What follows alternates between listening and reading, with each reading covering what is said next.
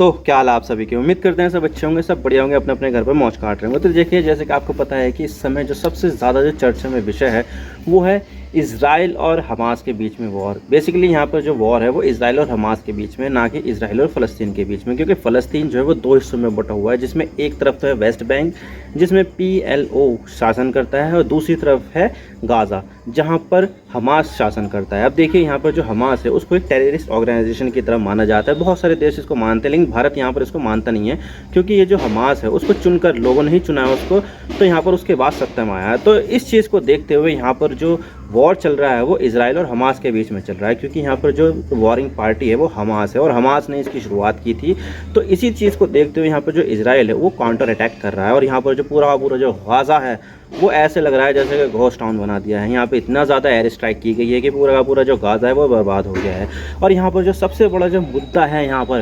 कि ये जो इतनी ज़्यादा लड़ाई चल रही है वो है सेल्फ डिटर्मिनेशन की यहाँ पर, क्योंकि देखा जाए तो जो गाज़ा है उसको सबसे बड़ी ओपन एयर प्रिजन भी माना जाता है, यानी कि दुनिया की सबसे बड़ी खुली जेल, क्योंकि यहाँ पर जो गाज़ा है उसकी सारी की सारी ब्लॉकेट लगा रखी है इज़राइल ने। यानी कि यहाँ पर कुछ भी आए जाए वो सारी की सारी जो चीज़ें हैं वो इज़राइल तय करता है कि यहाँ पर क्या जाना चाहिए, क्या आना चाहिए, गैस कितनी जानी चाहिए, तेल कितना जाना चाहिए, खाने पीने की जो सामान है वो कितना जाना चाहिए, बिजली कितनी जानी चाहिए, पानी कितनी जानी चाहिए। यानी कि सारी की सारी चीज़ें कंट्रोल करता है, और लोगों का जो फ्लो है वो बाहर निकल ही नहीं पाता है, क्योंकि वो जो एक एरिया है वो पूरा पूरा एक प्रिजन की तरह है, यानी कि पूरा पूरा कैद है, वो लोग वहाँ से निकल ही नहीं सकते हैं। एक एयरपोर्ट होता था, लेकिन 2001 में इज़राइल ने एयर स्ट्राइक करके उस पूरे एयरपोर्ट को बर्बाद कर दिया। यानी कि वहाँ पर जो एयरपोर्ट की जो गुंजाइश है वो भी नहीं है, क्योंकि एयरपोर्ट होने से लोगों के बीच में कनेक्टिविटी बढ़ती है, क्योंकि वहाँ से लोग निकल भी पाएंगे आसानी से, लेकिन वहाँ पर कुछ है ही नहीं। और ये सारी की सारी जो चीज़ें हो रही है वो सेल्फ डिटर्मिनेशन की हो रही है। अब देखिए, यहाँ पर 1948 में, यानी कि भारत के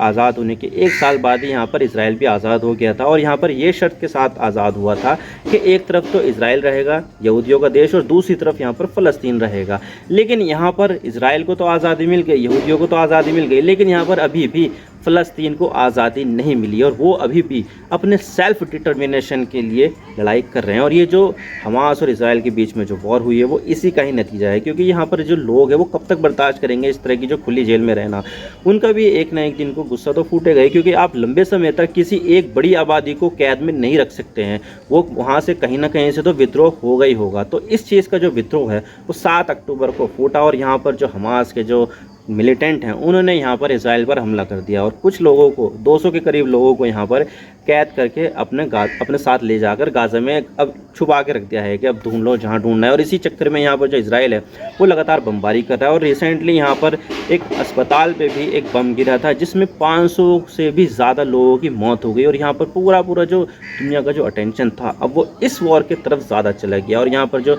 रशिया यूक्रेन वॉर है वो पूरा दुनिया वाले भूल गए हैं कि वहाँ पर कोई वॉर चल भी रहा है। और इसी चीज़ का जो फ़ायदा है वो रशिया उठा रहा है, क्योंकि दुनिया का जो अटेंशन था वो यूक्रेन से हटकर अब इज़राइल और हमास के बीच में जो वॉर हो रहा है उसमें चला गया है। तो यहाँ पर रशिया को ये फ़ायदा हो रहा है।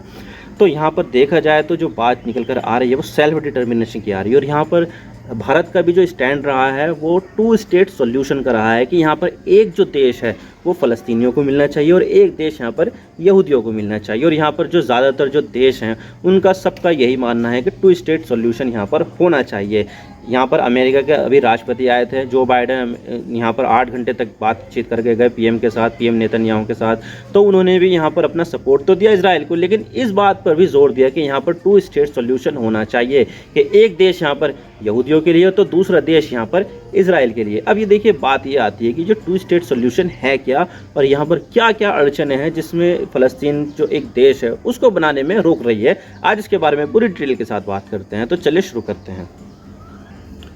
तो 2 स्टेट सॉल्यूशन की जो थ्योरी है वो क्या कहती है, तो देखिए यहाँ पर जो 2 स्टेट सॉल्यूशन की जो थ्योरी है वो ये कहती है कि यहाँ पर जो पूरा जो फ़लस्तीन और इजराइल का जो इलाका है उसके 2 हिस्से किए जाएंगे। एक हिस्सा तो हो जाएगा यहाँ पर यहूदियों का, जिसको इजराइल देश कहा जाएगा, और जो दूसरा हिस्सा होगा वो फ़लस्तीनियों का होगा, जिसको हम फ़लस्तीन या पैलेस्टाइन भी कहते हैं। तो ये चीज़ होगी ताकि यहाँ पर जो यहूदी लोग हैं वो अपने लिए खुद की एक सेल्फ डिटर्मिनेशन, यानी कि खुद का एक देश स्थापित कर सके, कि वो सिर्फ़ और सिर्फ यहूदी लोगों के लिए होगा, और यहाँ पर जो फ़लस्तीनी हैं वो अपने यहाँ पर फ़लस्तीन लोगों का एक देश स्थापित कर सके। क्योंकि यहाँ पर जो मसला मामला हो जाएगा, अगर एक दूसरे के साथ मिल जाएगा तो यहाँ पर काफ़ी ज़्यादा टकराव होने को मिलेगा। जैसे कि भारत में अक्सर देखने को मिलता है कि यहाँ पर लोग जो है आपस में टकरा जाते हैं। कई बार यहाँ पर नेताओं के भड़काने से दंगे हो जाते हैं। हमने कई सारी जगह पर ऐसा देखा है कि नेता भड़काते हैं धर्म के नाम पर और दंगे हो जाते हैं। तो इस चीज़ को रोकने के लिए यहाँ पर टू स्टेट सॉल्यूशन का एक सॉल्यूशन निकाला गया था कि यहाँ पर ऐसे ऐसे जो ज़मीन है वो बांटी जाएगी। लेकिन यहाँ पर जो वेस्ट एशिया है, जहाँ पर फ़लस्तीन और इजराइल का इलाका आता है, वहाँ पर लगातार ऐसी चीज़ें होती रही कि जो टू स्टेट का जो सॉल्यूशन का जो मामला था वो अब कहीं से कहीं को भी दिखाई दे नहीं रहा है। क्योंकि यहाँ पर जो इजराइल है वो लगातार यहाँ पर इंक्रोचमेंट करता रहता है फ़लस्तीनी इलाके की, क्योंकि यहाँ पर टू स्टेट सॉल्यूशन के हिसाब से जो वेस्ट बैंक का इलाका है वो पूरा फ़लस्तीन के अंडर में आता है। लेकिन यहाँ पर पूरा जो जिम्मेदारी है सिक्योरिटी की और इसका कंट्रोल है वो यहाँ पर इजराइल के हाथ में, और वो लगातार यहाँ पर इंक्रोचमेंट कर रहा है और इलीगल सेटलमेंट बना रहा है। आपने तो देखा ही होगा, सुना भी होगा कि यहाँ पर इलीगल सेटलमेंट कितने ज़्यादा हैं। तो ये चीज़ एक हर्डल सामने निकल कर आती है कि जो टू स्टेट सॉल्यूशन है उसमें जो सबसे बड़ी दिक्कत है, सबसे बड़ा जो समस्या आती है वो इलीगल सेटलमेंट के रूप में आती है।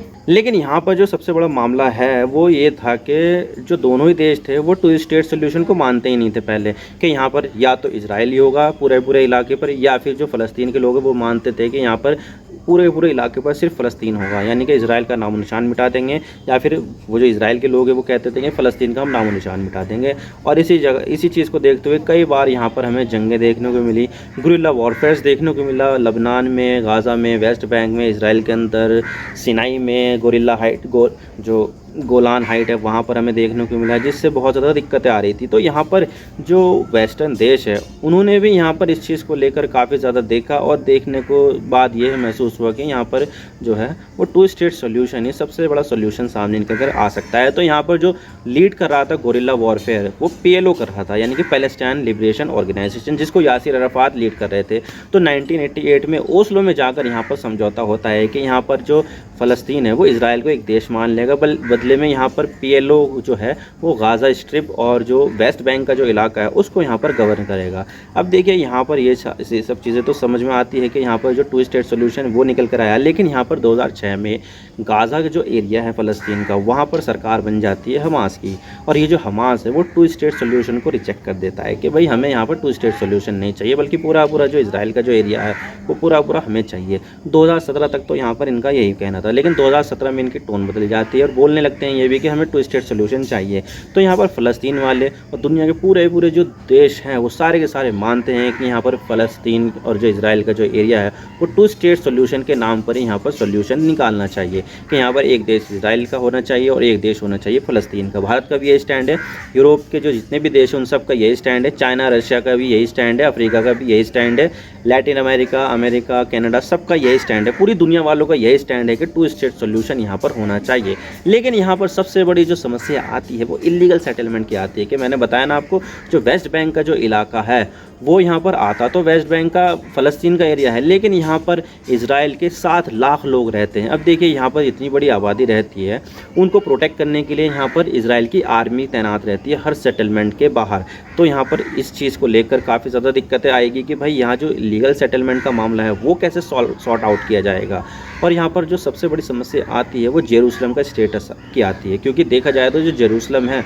शुरुआत में ये बोला गया था कि ये जो है वो यूनाइटेड नेशन के अंडर में आएगा पूरा का पूरा एरिया, क्योंकि यहाँ पर जेरूसलम की जो हैसियत है, जेरूसलम का जो स्टेटस है वो तीनों ही धर्मों के लिए काफ़ी ज़्यादा इंपॉर्टेंट है। चाहे वो इस्लाम की जो तीसरी सबसे पवित्र जगह है वो अल-अक़सा मस्जिद है, वो वहीं पर ही है, और जो यहूदियों की जो सबसे ज़्यादा पवित्र जगह है वेस्टर्न वॉल वो वहीं पर ही है, और इसके अलावा जो ईसाइयों की जो सबसे पवित्र जगह है यानी कि चर्च ऑफ होली सेपल्कर वो भी वहीं पर ही है जेरूसलम में, ईस्ट जेरूसलम में ख़ास करके। तो ये जो ईस्ट जेरूसलम का जो मामला आता है वो यहाँ पर मसला टेढ़ा हो जाता है, क्योंकि जो इजराइल है वो तो ये कहता है कि जो पूरा जो जेरूसलम है, चाहे वो ईस्ट वाला हो या वेस्ट वाला हो, न्यू जेरूसलम हो या ओल्ड जेरूसलम, वो सारा का सारा जो है वो इजराइल की प्रॉपर्टी है और इजराइल की राजधानी है। जबकि जो फ़लस्तीन वाले जो लोग हैं वो ये कहते हैं कि जो ईस्ट जेरूसलम है वो यहाँ पर फ़लस्तीन की राजधानी है। अब देखिए यहाँ पर पूरा का जो कंट्रोल है वो इजराइल का है, और यहाँ पर इजराइल जो है वो अपना कंट्रोल लूज़ करना नहीं चाहता है, क्योंकि यहाँ पर उनकी सबसे बड़ी धार्मिक जगह है। जबकि जो फ़लस्तीन है वो भी यहाँ पर अपना कंट्रोल लूज़ नहीं करना चाहती है, और जो पूरा जो ईस्ट जेरूसलम है वो अपने पास में रखना चाहती है, क्योंकि यहाँ पर इस्लाम की तीसरी सबसे पवित्र जगह मानी जाती है।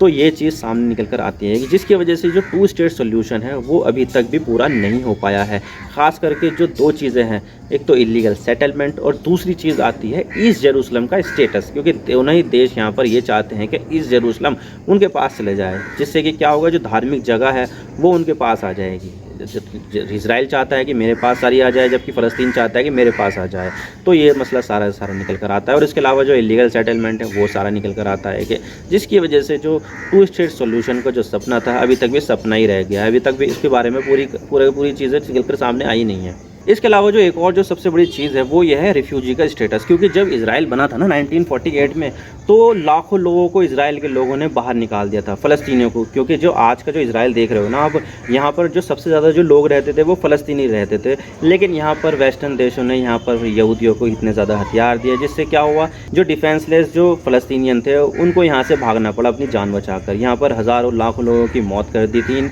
यहूदी लोगों ने। तो जिसकी वजह से जो आज भी बहुत लाखों लोग यहाँ पर फ़लस्तीन के दूसरे देशों में और जो वेस्ट बैंक और गाज़ा है वहाँ पर एज ए रेफ्यूजी रह रहे हैं, और वो ये चाहते हैं कि हमारा जो एंसेस्टर्स लैंड है, यानी कि जो पूर्वजों की जगह है, हम वहाँ पर वापस से बसे और यहाँ पर हमारा जो चीज़ है वो इसको सॉर्ट आउट करनी चाहिए। अब देखिए ये चीज़ें इजराइल को मंजूर नहीं है, क्योंकि अगर यहाँ पर इतने सारे लोग आ जाएंगे, लाखों लोग आ जाएंगे, तो यहाँ पर जो मेजॉरिटी यहूदी की जो चीज़ है वो यहाँ पर काफ़ी ज़्यादा इफेक्ट होगी, क्योंकि यहाँ पर इन सबको लोगों को यहाँ पर सिटीजनशिप देनी पड़ेगी, जिससे क्या होगा, फ़लस्तीनियों की आबादी बढ़ जाएगी और यहूदी की जो आबादी है वो थोड़ी सी कम हो जाएगी। क्योंकि अभी भी देखा जाए तो लगभग 21% जो इजराइल की जो आबादी है वो फ़लस्तीनियन अरब की है, लेकिन यहाँ पर अगर लाखों लोग और आ जाएंगे तो यहाँ पर इनकी जो आबादी होगी वो 25%, 30% तक हो सकती है, 35% तक हो सकती है। तो ये चीज़ इजराइल के फेवर में नहीं है, क्योंकि यहाँ पर जो अपनी जो मेजॉरिटी है, जूइश मेजॉरिटी है, वो थोड़ी सी शायद यहाँ पर लूज़ कर सकते हैं और यहाँ पर अरब लोगों का काफ़ी ज़्यादा डोमिनेंस भी देखने को मिल सकता है। तो ये चीज़ काफ़ी ज़्यादा हर्डल सामने निकल कर आती है, जिससे अभी तक भी जो 2 स्टेट सोल्यूशन है वो अभी तक सामने निकल कर आया नहीं है। हालांकि देखा जाए तो यहाँ पर 2 स्टेट सोल्यूशन एकमात्र सोल्यूशन नहीं है, बल्कि यहाँ पर एक और सोल्यूशन है जिसका नाम है 1 state and equal right for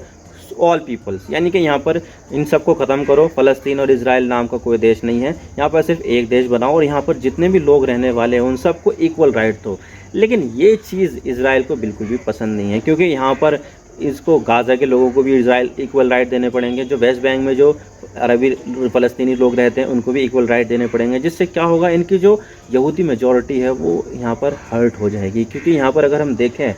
तो इजराइल की लगभग 90 लाख की आबादी है। अब देखिए उसमें 20% के जो लोग हैं वो 20-21% के लोग हैं, लगभग यहाँ पर मान के चलिए आप